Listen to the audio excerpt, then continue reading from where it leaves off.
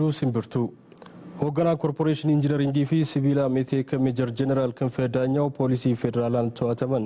Hoogganaa Meeteek duraan Meejar Jeneraal ክንፈ ዳኛው Daayireektara Insaa duraanii Meejar Jeneraal Takla Birhaan Waldaaragaay waliin ta'uun biyya miliquuf otoo yaalanii daangaa Suudaanitti Poolisii Federaalaan to'atamaniiru.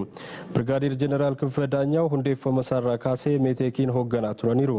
Maqaa obboleessa isaanii, ilma obboleettii isaanii fi firoottan isaaniin kaampaanii garaagaraa hundeessuun xiyyaara maqaa Meeteekiin bitamee tajaajila aviyeeshinii dhuunfaaf oolfataniiru. Dooniiwwan dullooman bituun maqaa suphaa fi baasii garaagaraatiif qabeenyi biyyattii birrii biiliyoona hedduun lakkaa'amu namoota garaagaraa waliin ta'uun faayidaa dhuunfaaf oolfataniiru.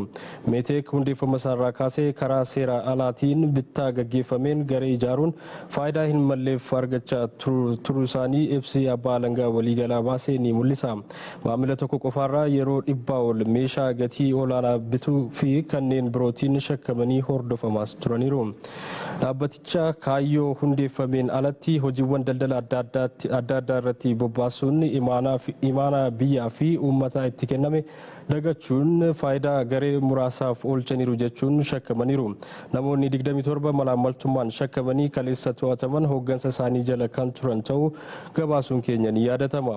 Hordoftoota keenya dhimma sarbamuu mirga namummaa fi malaamaltummaa wal qabatee odeeffannoowwan bahuu hordofne isin biraan geenya.